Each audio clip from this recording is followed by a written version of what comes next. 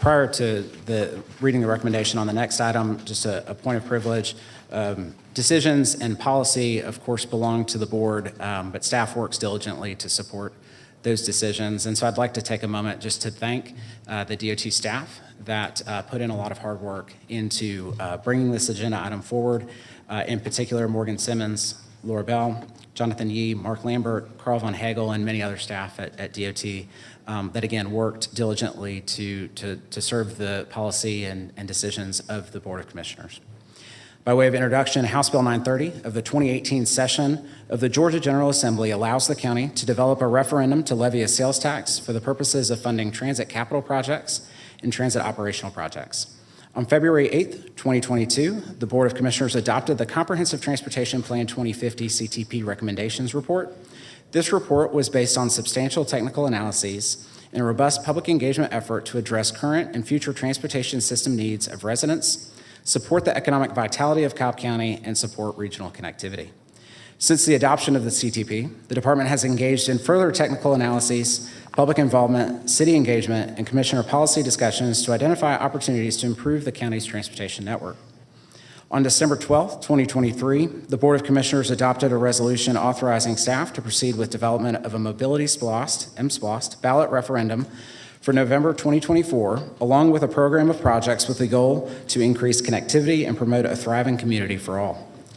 Subsequently, the department has finalized the House Bill 930 statutorily required coordination with the county's qualified municipalities and the Atlanta Region Transit Link Authority. A list and detailed description of the projects anticipated to be funded with the MSPLOST proceeds is attached to this agenda item. This agenda item, if approved, represents the final Board of Commissioners action necessary to place the referendum before the voters on the November 5th, 2024 ballot. Therefore, the department recommends the Board of Commissioners adopt a resolution imposing a Cobb County 1% mobility special purpose local option sales tax, specifying the specific transit projects to be funded by the proceeds of such tax request, and requesting the election superintendent to call an election of the voters of Cobb County on November 5th, 2024 to approve the imposition of such sales and use tax and authorize the chairman to execute the necessary documents. Thank you, Drew. You thanked a lot of people with respect to getting us here. I want to thank you, Drew. You've put in a lot of work into helping us cull the list of projects eventually, but just even getting us to consider how we would progress with consideration of this and also another House bill. I want to, there's no point of privilege at this, excuse me, I'm sorry, sir, I'm going to ask for you not to address the board at this time in this manner. No, sir, sorry, thank you. Again, just want to thank you for all of your work, the commissioners for all of your work too, and communicating with staff and our community for all of your feedback to help us get to this point today. With that, commissioners, I move that we approve this agenda item as it has been presented. Second. Are there any comments or questions? Commissioner Sheff? No, I just also like to thank Drew and your team. It's been a lot of work, several meetings, not just with us, but other organizations, and also with the community. But I do have a question, and I don't know, Madam Chair, if it would be appropriate, but I just wanted to confirm when we will begin our community outreach. I guess that information will also be shared online. Of course. So that has begun in earnest, more on the meeting with Rotary Clubs, Kiwanis, the Senior Citizen Council. So we have begun and have made ourselves available to any of those particular groups to come and present and provide information about what is included in the program. And we've been running in parallel, developing a lot of the messaging materials. So that work is ongoing and nearly complete. We will begin more of that dedicated specific public outreach pending action on this particular item. And then, yes, that information will be available, of course, on our website. We'll share it with you all for inclusion in your newsletters, any other resources that you have available. Okay, thank you. Commissioner Burrow. Thank you, Drew. First of all, I've been on this board for 14 years and did vote for the 2016 and 22 county SPLOST to go to a referendum. I do feel like that it's the voters' opportunity and decision to make, to go to a referendum and vote.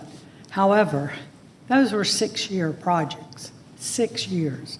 We're talking about 30 years, and I can't support binding not just future boards for 30 years, but citizens and kids and grandchildren that I won't be here, but they will, and they'll be paying that. Along with, I know people coming through the county and spending, money in the county that don't live here, but it's still, it's too long of a project that it's, and the amount and a 30-year period, I can't support. Thank you, Commissioner. Are there any other comments? Commissioner Gambrill.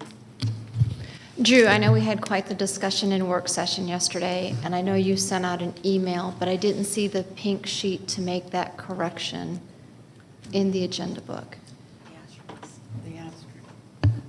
We've updated that proposal and sent it out to the board in terms of procedurally the next steps. I defer to the clerk or the county attorney. And I was included on that email, so I have it, and there was actually a copy of that. I know y'all all received it, so I didn't distribute again, but there is a copy of the updated version placed for the public in the back. Okay, thank you for that clarification.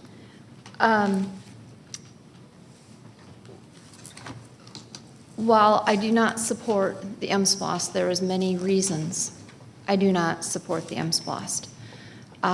One is not all areas are equally being served throughout the county, yet everyone in the county contributes to the congestion on our roadways. I also find it very interesting, the update that we received from Mike Plant, where they were able to monitor that 10 million people visited the stadium. 8 million people came from outside the county. We currently have transit that would take these visitors to the stadium, yet the ridership has still declined. People are not choosing to use the transit. We speak of Spoken Hub and how it's broken, yet what we have proposed here is not going to help improve that Spoken Hub. Matter of fact, you're leaving out 25% of it. I also find it very interesting, based on our conversation yesterday, that one of the benefits is the county would not have to subsidize the transit subsidy, which is upward of $28 million a year, using general fund monies. Because, of course, in the MSPLOST, it allows us the ability to use those funds to cover that subsidy. So then as I was thinking, I'm like, well, wait a minute. If we're automatically going to have $28 million more in our budget if this MSPLOST passes, why are we looking at a stormwater tax? I'm sorry, fee, as some say it.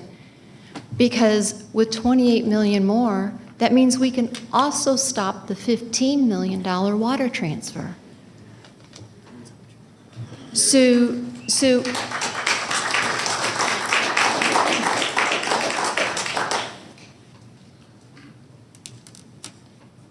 while the county, in our mission statement, is to make Cobb County the best place to live and work through an efficient, effective, and responsive government that delivers services, are we really taking a holistic approach at cost and benefit? I don't think so. Okay. Commissioner Richardson. Yeah, I did want to just say thank you as well. But to the point that you brought up with the MSPLOST, that's absolutely true. And I know that on this board, there's a desire to actually not have that $15 million transfer if MSPLOST does pass, because it opens up the opportunity to have that discussion. Unfortunately, that $15 million will also not be able to go towards stormwater, but it would get rid of the $15 million transfer. And so did want to just say, yeah, that's true, that's accurate. But certainly just want to send my appreciation as well to staff, working very hard on this. A lot of surveys. I know there was an original desire for a referendum a couple years ago, and appreciate just the steadiness to say, hey, let's halt, let's do some more surveys, let's do some more community outreach.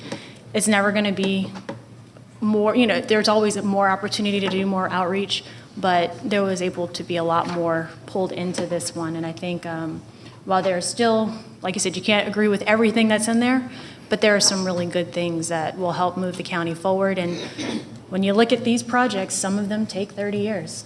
And I will never stand in the way of the voters deciding on this. Thank you, Commissioner. Discussion? Yes, we can continue discussion. Unfortunately, I don't remember. Were we on you, Commissioner Sheffield? It was just Okay. a quick question, or actually if Drew can provide a little clarification on the 30-year commitment.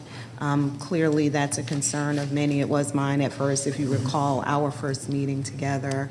And during that, there were several things that you shared. That one, it makes it eligible for federal fund match.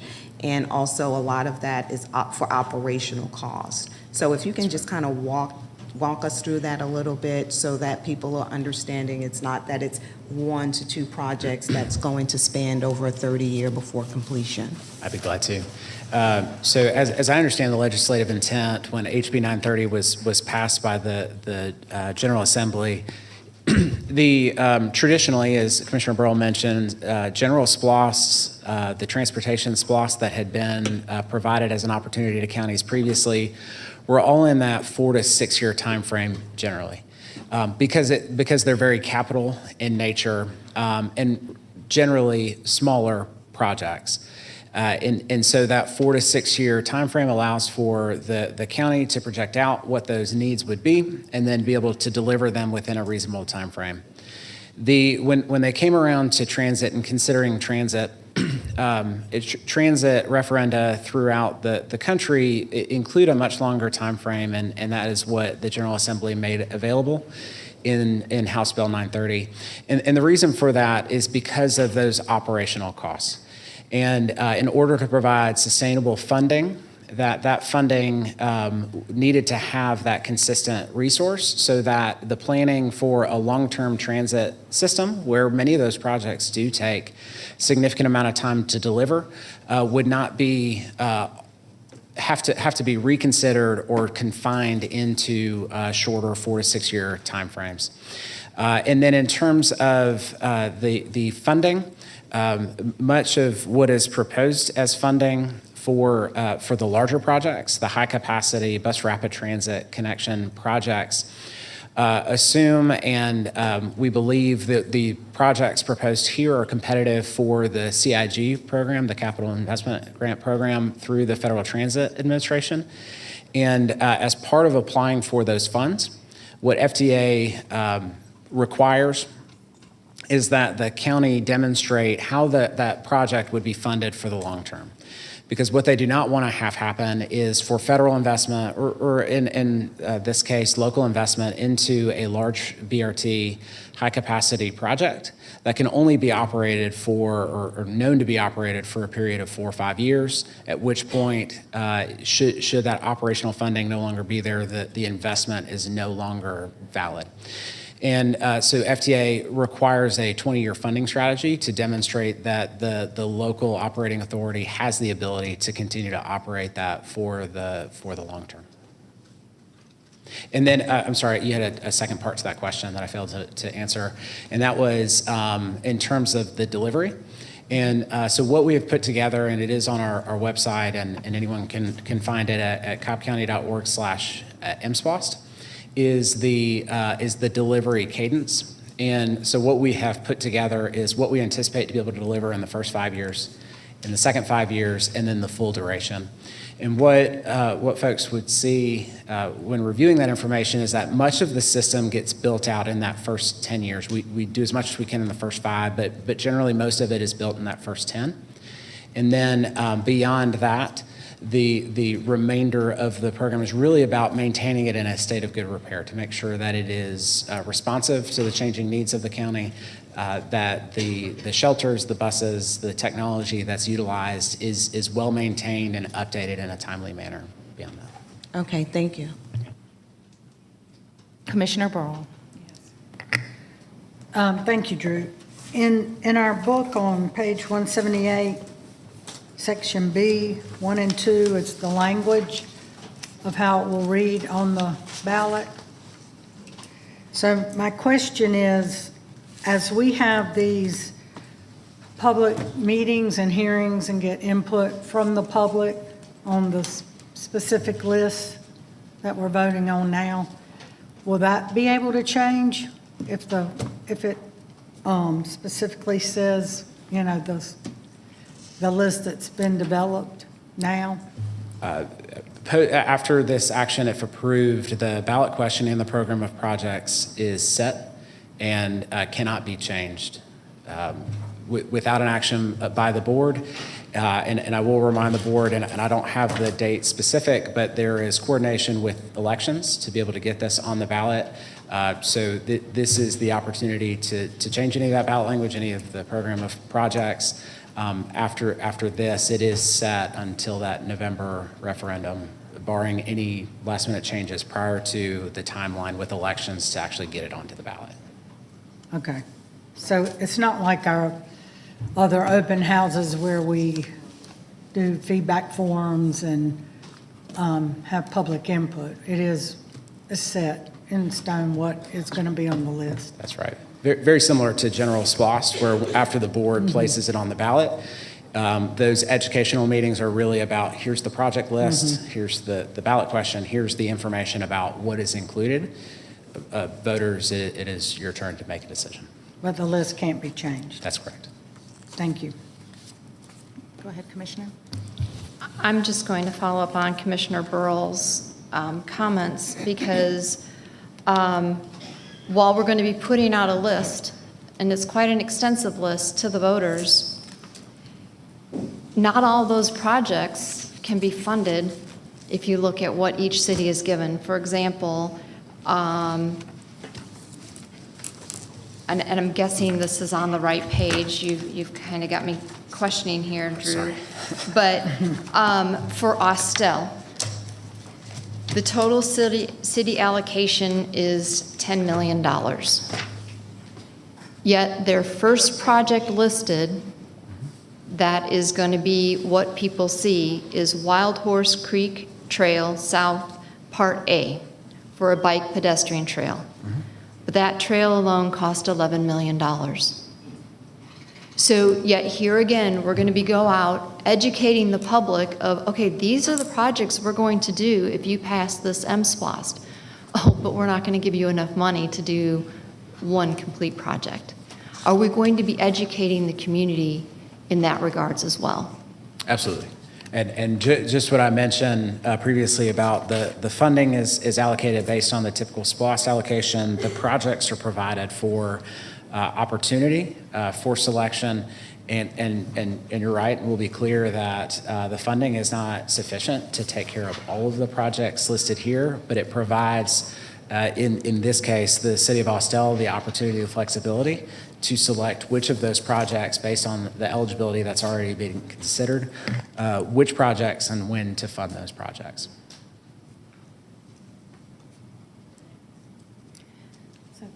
Commissioner. Forgive me, Drew, but I forgot to mention this on yesterday, but Wild Horse Creek should be under the Powder Springs list. That's in Powder Springs, not Austell. I neglected to mention that on yesterday at the work session. Unless there's a different part that runs through Austell, but I don't believe that there is. That's the trail. Maybe the trail's in Austell. Yeah, is the trail in Austell? Our staff has gone through each of these to verify Okay. those limits. Okay. But we'll go back and That's fine. double check Thank you. to make sure. Commissioner Burrow. I'm confused. So if these projects are over the amount projected, the cities get to pick and choose what projects they're going to prioritize or do first, or? They do. They're provided the funding. The funding is set and established. And then they would have the opportunity to select which of those projects under which timeline that they would move forward, much like our regular SPLOST. Yeah, but what's on the list, it has to be done as a SPLOST project. If it's on the designated list, So I'll share too, this is very similar to our federal, state, local match component of our 2022 SPLOST. If we were to go through that and add up all of those projects, again, it exceeds the $25 million that was allocated for the state Fed matching bucket. It was really to provide information to the voters of here are the types of projects, here are the projects that we know about right now that are eligible for these funds. And this just provides that opportunity for the public to see into the mind of the planners which projects are being considered, but then still providing that flexibility to the city councils to make decisions for what makes the most sense within their cities. Thank you, Drew. For our public, the list of projects that commissioners are referring to are in Appendix A of the program packet that we've received. Appendix A has a preceding paragraph that states that the list of projects for each city have been determined to be eligible, not actionable. These are eligible projects based on identification in the Comprehensive Transportation Plan and/or coordination and input. Verbatim, this list is not intended to be inclusive, to be exclusive, as other projects that satisfy the eligibility definitions may be funded in addition to or in place of the listed projects. Cobb County and the city will partner to determine which of the projects will be selected for implementation through the Mobility SPLOST. In addition, Cobb County DOT will seek to leverage MSPLOST dollars whenever possible as matching funds for federal, state, and local grants for identified projects. Let's be clear, there is no assertion that any of these projects will be implemented. These projects are a possible list based on what the city and the county choose to move forward with, and there is deference given to the city. And I know the cities are looking forward to having autonomy in working with their residents to determine how to implement funds that would be provided. Let's not make that a bar, or that not be used to have it perceived that something not in goodwill is being included or asserted here. Sure, and I'll also add, just for clarification, that only applies to the transit supportive projects. For the remaining 90% of the program, those are specifically listed and identified projects that are fully financially constrained based on the financial model and to be delivered within the timeframe of the SPLOST and within that short, medium, and long-range implementation plan that I mentioned earlier. Thank you, Drew. Thank you. Well, Commissioners, we have significant opportunity to move forward today. And while, yes, this is a 30-year opportunity, this is not the first 30-year opportunity that has been before this board,